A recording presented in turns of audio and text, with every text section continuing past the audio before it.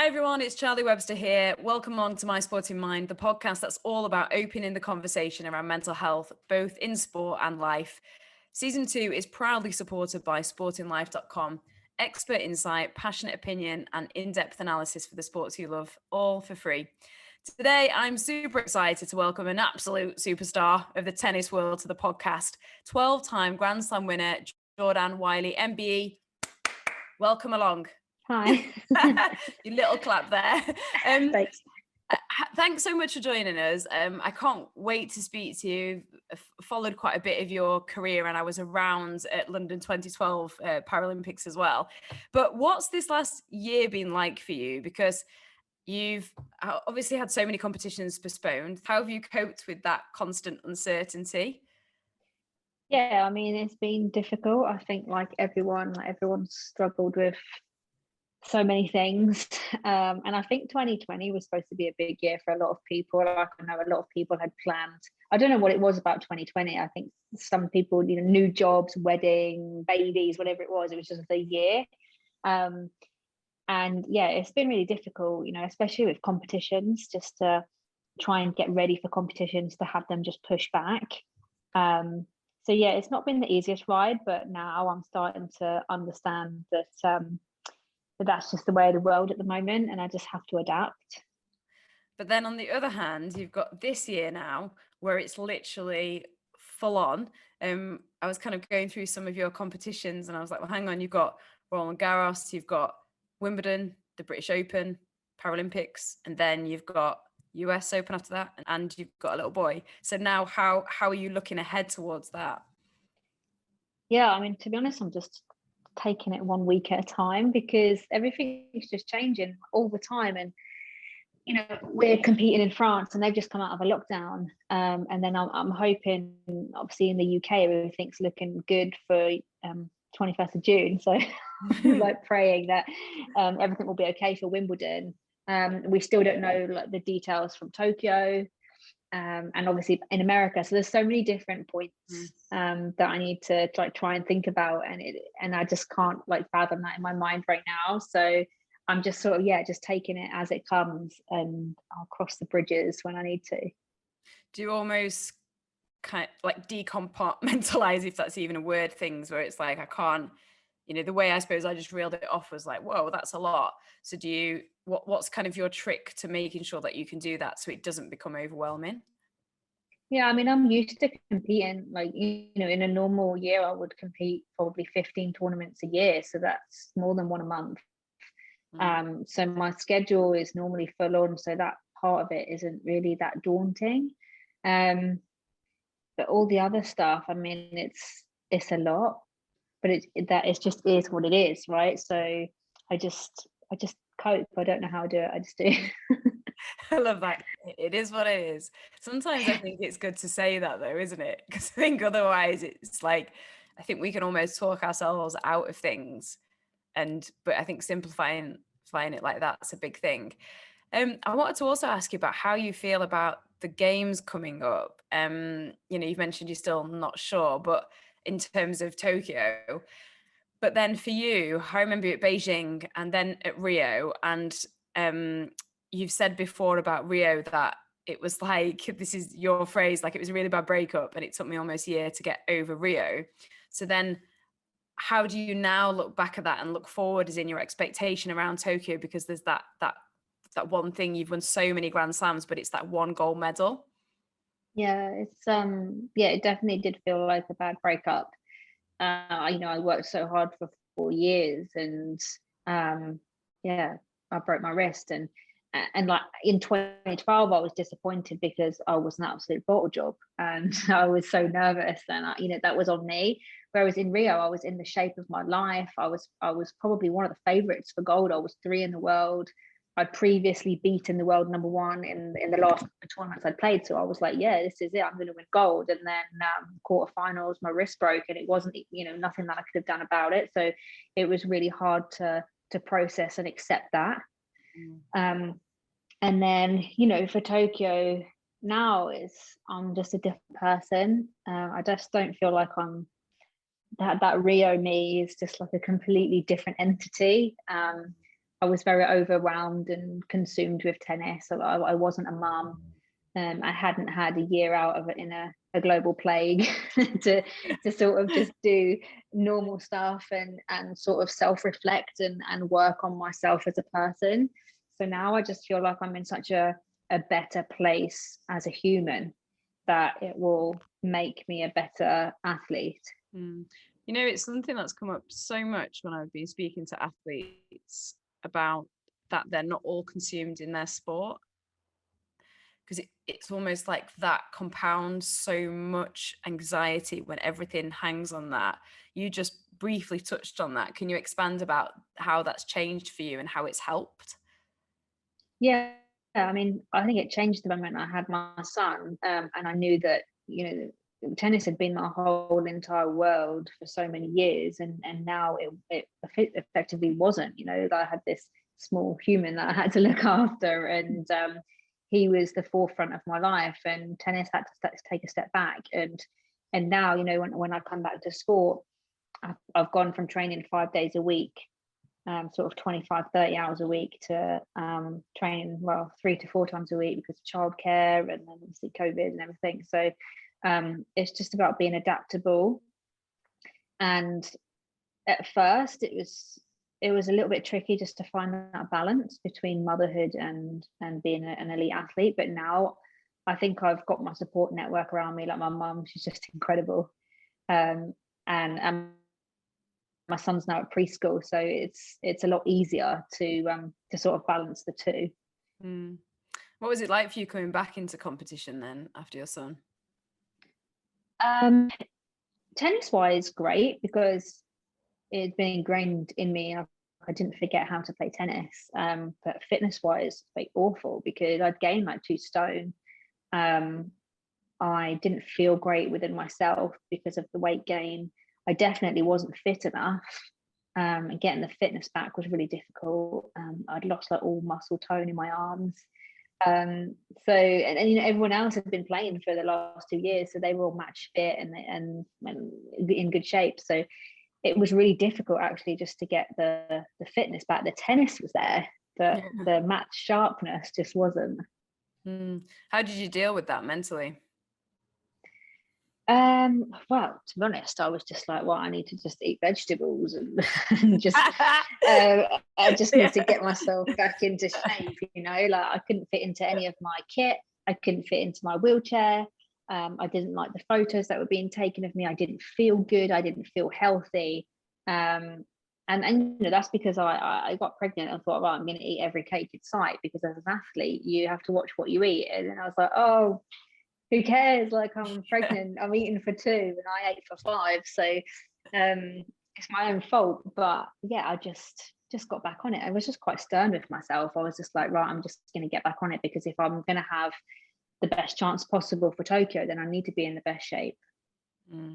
You mentioned, you know, that then you couldn't fit in your wheelchair. So maybe if I take you back a little bit for when you were growing up, because for people listening, you were born with osteogenesis imperfecta, which is often referred to as brittle bone disease, like imperfect bones, I think is the literal translation.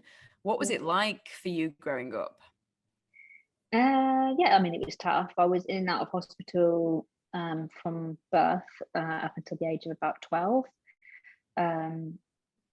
Yeah, I was breaking my leg probably at least once a year. I was having countless surgeries on top of that, and I probably couldn't walk unaided until I hit high school, sort of like year 8.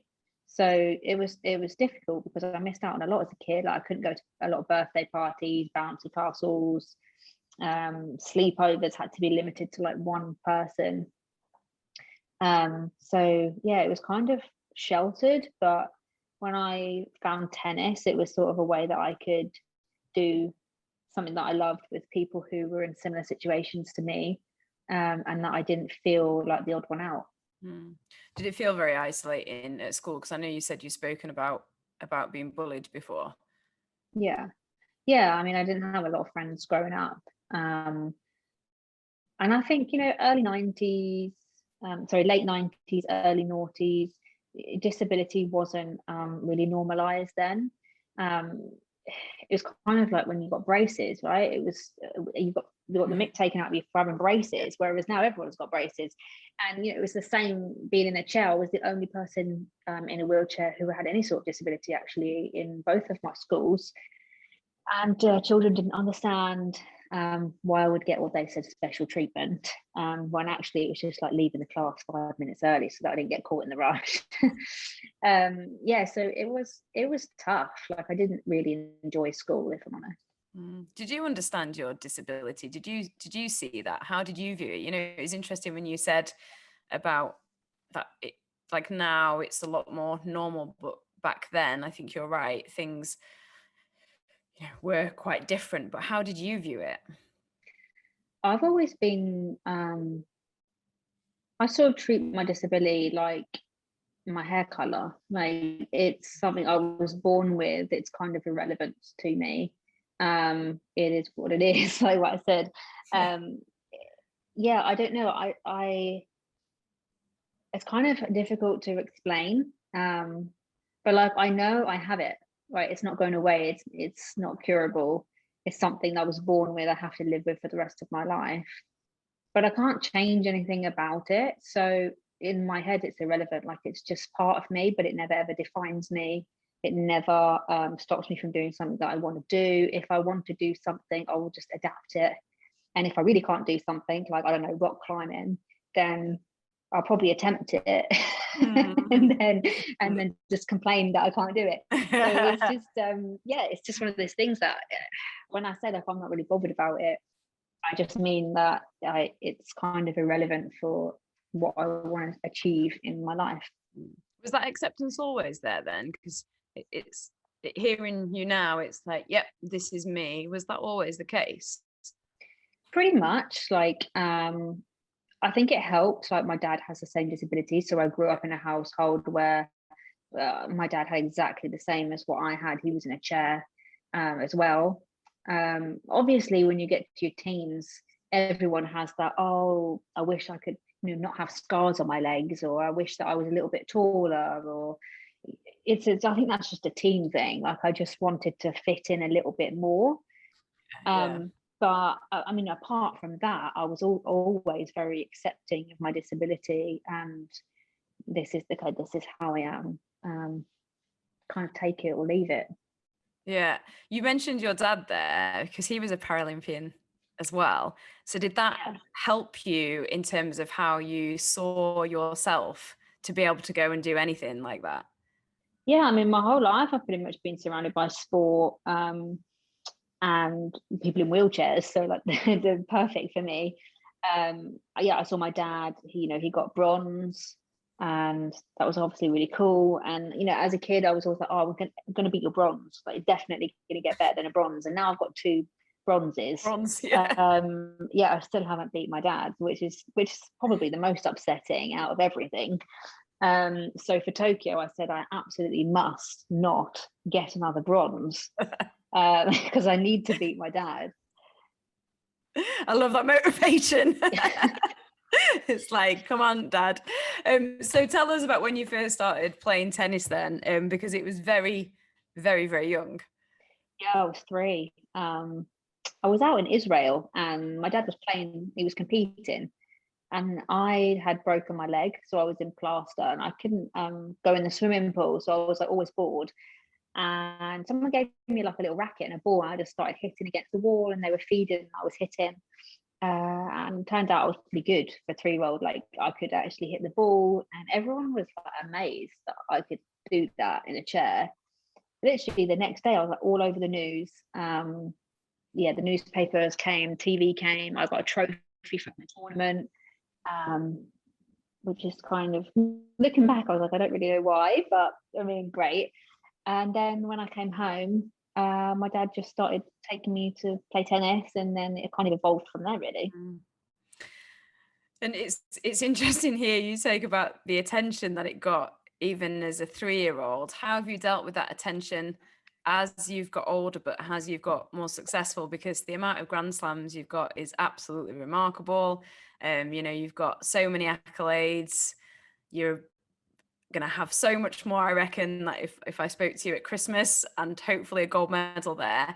How do you deal with it from an energy point of view, an emotional point of view? Because I know you've spoken about anxiety as well. Mm-hmm. Yeah, well, like I said, tennis is, or any sport at a higher level, is consuming. Like it takes over your life, because you have to commit 100% to it. And there's not much room for, partying and drinking and social circles. Like, I don't have a lot of friends now because I never made those connections when I was young. I dropped out of college 3 months into it to turn professional, because I'd literally just come back from Beijing. So I never went to college, never got A levels, never did uni, and that's where a lot of people make connections, right?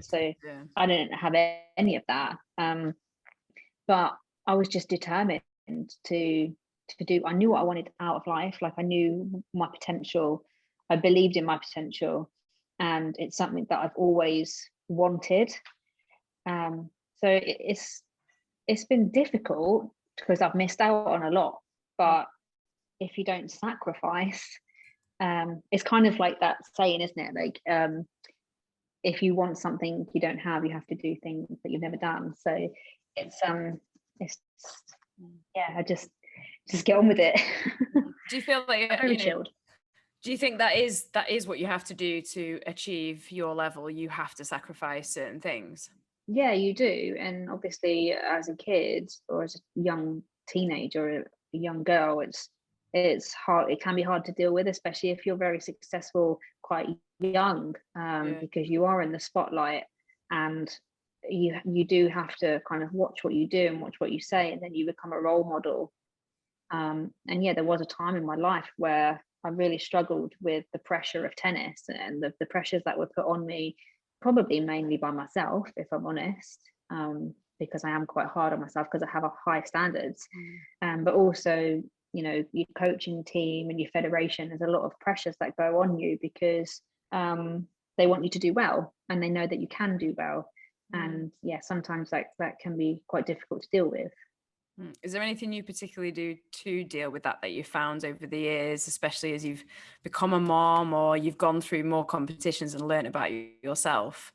Yeah, I think it wasn't until I had my son that I realized that there's more to life than sport. And it's a strange one, because I feel like for me, to get the best out of my sport, I had to take my focus away from sport. When I had my son and completely fell in love with him and was a mum and did normal things and became really happy, that's actually when I realized, okay, I'm only doing, at the time, I think I was only doing about 10 or 15 hours a week training, whereas my competitors were probably doing 20 to 30 hours. And yet I was beating them, and I was playing really well because I was happy. And it's not something that, before I was like, okay, I'm not playing well, I'm going to do more hours. Because I did more hours, I was under more pressure, I was more tired. Actually, when I took that time away, and that's why I think this last year has actually been pretty good, kind of a blessing in disguise, because I've had all this time out. I've had time to reflect. I've had family time. I've been happy. I've been able to decorate my house, like simple things. And I've come back and I'm refreshed, and I feel good in myself, and I'm playing good tennis because of it. I'm utterly convinced that this is the key. And you'd be surprised how many other people at the top of the game have said really similar to you. I suppose it's why I'm smiling listening to you. Do you think that shows how key psychological or the mind plays in things and in success? Yeah, absolutely. I think the mind is the most powerful tool you have, and that can be negative or positive, because whether you think you can or you think you can't, you're right. So before I felt like all I was thinking was negative, like focusing on, I can't do that, or I didn't play good there, or I should have done that. Whereas now I'm just focusing on, okay, what can I do? So when I come up against an opponent, I'm not too worried about their ranking, how their forehand's going, or what they're going to do on the day, or what they might do on the day. I'm like, okay, what am I going to do? How do I play? Because if I play my game, that's all that should matter. Like that's the most important thing, because if I play good and I feel good, probably going to win.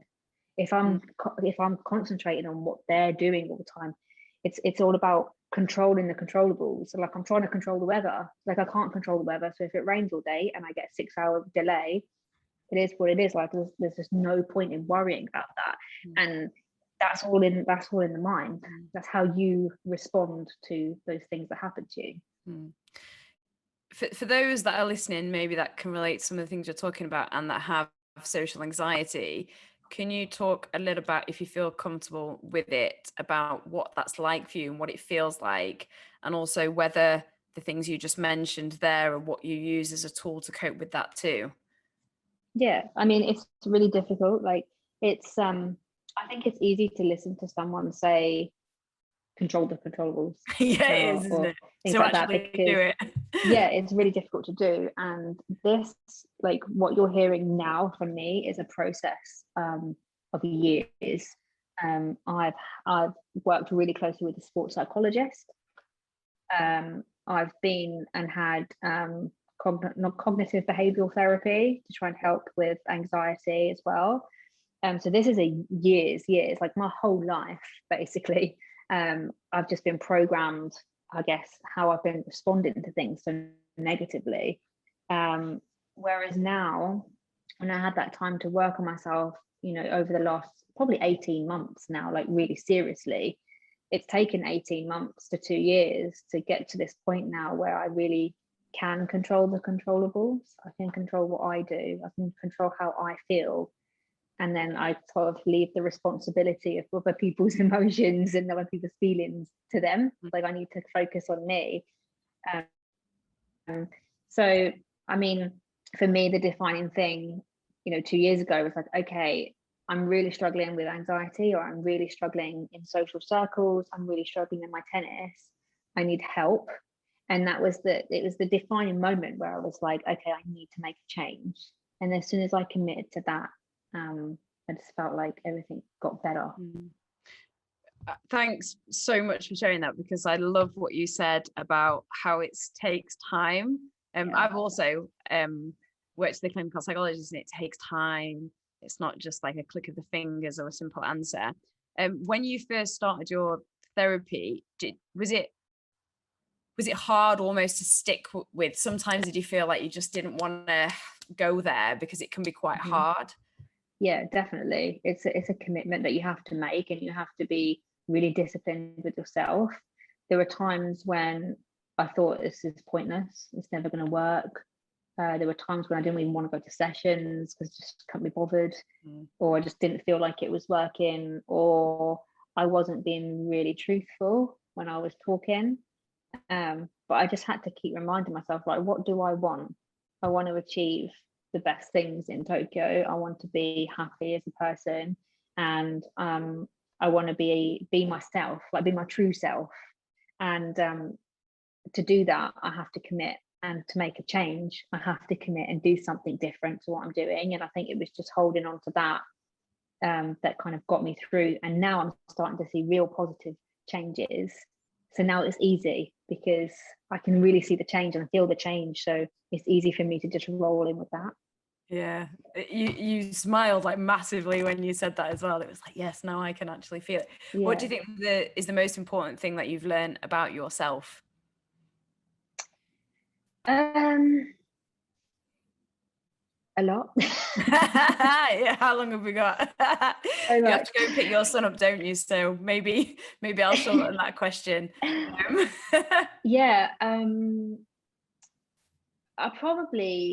I didn't realize how much I take on from other people. It's kind of a recent thing, actually, that I've realized how much of other people's emotions and baggage that I actually take as my personal emotional baggage. And I kind of always knew I did it, and that's why I always felt really heavy. But it wasn't until recently where I was like, wow, I really take on a lot that is not my responsibility. And that's been a big change point for me. Yeah, because that must be really important when you're training or going to competition, because if you feel the load of everyone else's emotions on top of you, it must feel like an absolute weight. It is massively, like like a weight's been lifted. And like I said before, like if I just focus on what I'm doing when I'm on the court, what am I doing? What am I trying to achieve? How do I do that? And it's just real bringing the focus point back to me every time. What's it feel like in those moments when you first go on court? Pretty nerve-wracking, to be honest. I think everyone gets nervous, like especially at the Grand Slams, no matter who the opponent is, just the event. And it's really difficult not to focus on the outcome, because I find it worse where if I get an opponent that I feel like I could beat, because then the anxiety levels are so high because I'm already like, okay, I should beat this person, I can't lose to this person, and automatically you're like, no, like you just need to bring it back, focus on the process, and then the outcome will sort out itself. So I find that bit a lot more nerve-wracking than maybe actually playing the match. Right, okay. We spoke to Dan Evans actually in our first season of this podcast, and he talked a lot about going on tour as well. And at the very beginning of chatting to you, I think I listed numerous competitions that you've got coming up, and they're all in different locations. He said that with the traveling and the hotel rooms, etc., that he can find it quite lonely at times. How do you manage that? Or do you feel the same or not? Yeah, it definitely can be lonely. I think that my biggest challenge is that I just miss my son. Like, it's great to have a week away because I'm like, woohoo, I can sleep in past 7. But then after about a week, I'm like, God, I really, really miss him. Like, I really need to go home. So my impending 3 weeks away is going to be quite tough, I think. But yeah, it definitely can be lonely. But that's why I always kind of like to spend my competition time partly with my friend circle. Like, I have a really great group of friends on tour, which I love to see. And then then you have that time in your room where you can read a book, you can Netflix it, you can do basically whatever you want, because it's the only time, well, for someone like me who's so busy and also a mum, it's the only time I actually get to myself. So at the moment, I'm quite, that side of stuff, I'm actually quite looking forward to going away, because I get that time to myself. I can have a bath without like bath toys being stuck in my bag. So that's quite exciting. It's really nice to hear you talk about being a mom, and you can tell how much it shaped you and how you approach your career. And I was actually looking about how old your son is, and also Serena's daughter, Olympia, as well. They're exactly the same age. Was there any inspiration or help, seeing Serena, obviously also on the tour, coming back from into competition and being a mom, because it was so publicized? Yeah, I think because when she announced her pregnancy, I was still trying to get pregnant. So it was kind of like a reassurance. Because I think she announced it in like the January, and I found out I was pregnant in the May. So it was really reassuring to know that someone in sort of in my position is doing the exact same thing that I want to do. So yeah, it was definitely a nice thing to hear. And actually, in Wimbledon in 2019, Jackson and Olympia played together in the Wimbledon preschool, because they were in the, like, they have like a nursery. Brilliant. And they were playing really lovely together. So it was actually really cool how that worked out, with like, I was like, me and Serena were kind of pregnant at the same time, and then our children actually met. So it was kind of cool. You can almost like, they can go and play together and go and play tennis together while you guys are on tour. Yeah, and it was actually really great to see, because obviously I knew who Olympia was, and but for Jackson, he was just playing with this little girl who he just loved playing with. So it was actually really lovely to see the innocence from, they were just 2 kids playing with each other from totally different backgrounds, but it was so nice to see. Yeah, I can imagine. And we've talked so much about so many different things, I think, but one of the things towards the end, normally I always ask people, is what advice they would give to anyone that's maybe struggling at the moment. I would say that, well, there's a lot you can say, but I think it's about really looking about what you want. You really have to say, okay, no matter what the situation is, you kind of need to filter out what is the things that you can change? Because there's always going to be something you can change, and I see that a lot, especially, you know, people who have low income, for example, and they're stuck in a dead end job or whatever it is. And it's like, actually, can you change it? Can you do something to improve your situation? Because I think it goes back to that mindset, right? You have to have that mindset of, okay, I don't like where I am right now, but how do I change that? How do I be happy? How do I get more money? How do I find the love of my life? Whatever it is, it comes back to in here. And like, crappy things are always going to happen in life, always, like that's inevitable. It's actually about how you respond to those things. And what about people that specifically have social anxiety? Is there anything that you can help in terms of advice? Yeah, I mean, I've always been told, like, oh, you're so socially awkward, and being in a group of people, that made me really nervous. And I think it was a combination of, okay, is this really me? Like, how do I want to be? Like, why is this happening? And again, like I said, like, seeking the help if that's the route you want to go down. But also, I felt the more that I put myself in those situations where it feels uncomfortable, like I'm not in my comfort zone, the better I got. Because I feel like to grow, you have to go out of your comfort zone. If you sit in your comfort zone all the time, you're never going to come out of it, and you're never going to grow as a person. So it's hard, but little by little, like, come out of that comfort zone, whether it's, okay, I'm going to meet 2 people today, not 1, or I'm going to walk to the bus stop, you know, whatever that is for you, come out of the comfort zone. Yeah, because our natural reaction is to just avoid it. I think it's a big Absolutely. human behavior, I think, that we do when things are uncomfortable. It is, and I did it all the time. I was like, oh no, I'm not going to go to that networking event, I'm not going to go to that party, whatever. But I pushed myself there, and then I meet really great people and have like the best time. And then I've made like a friend for life because I've been to that event, or that event that you go to then leads on to, I don't know, a job opportunity, which then can improve something else. And you just don't know where those leads are going to come from. And I think the more you put yourself out there, the better you'll be equipped to deal with it. So before I let you go, I've got one more question for you. Bear with me. So are you ready for it?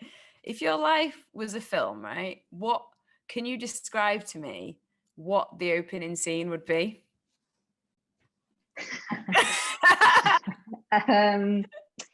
What does it look like? What does it feel like?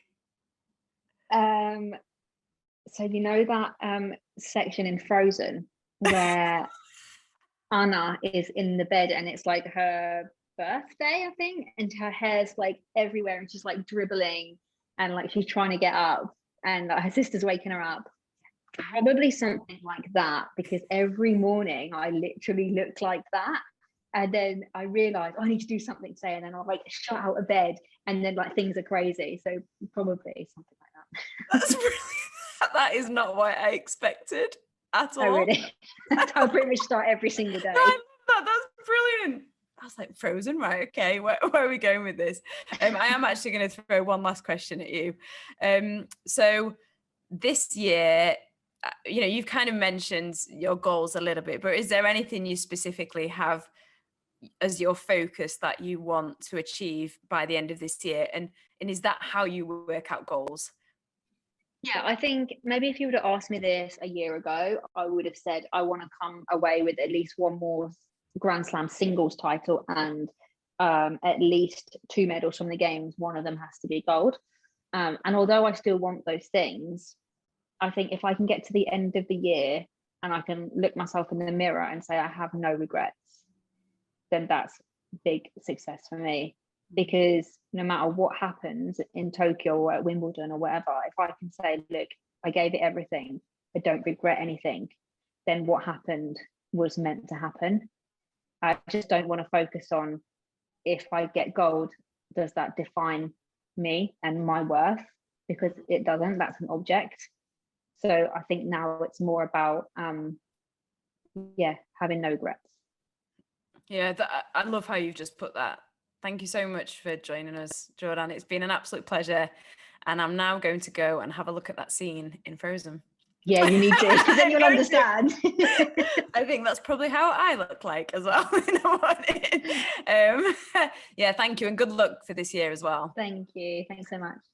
Thank you all for listening. There are loads more episodes to enjoy, including the likes of Dan Evans, Tom Bosworth, Ellie Simmons, and loads more. And remember to visit sportinglife.com ahead of the rest when it comes to unbiased opinion and sports analysis. And if you are really struggling, you can always reach out for help. It just takes one call. Charities such as Mind, the Samaritans, and Sport in Mind are there to help and do understand. You can also text SHOUT to 85258 if you don't want to talk on the phone as well. Take care. Thanks so much to Jordanne, and we'll speak again very soon.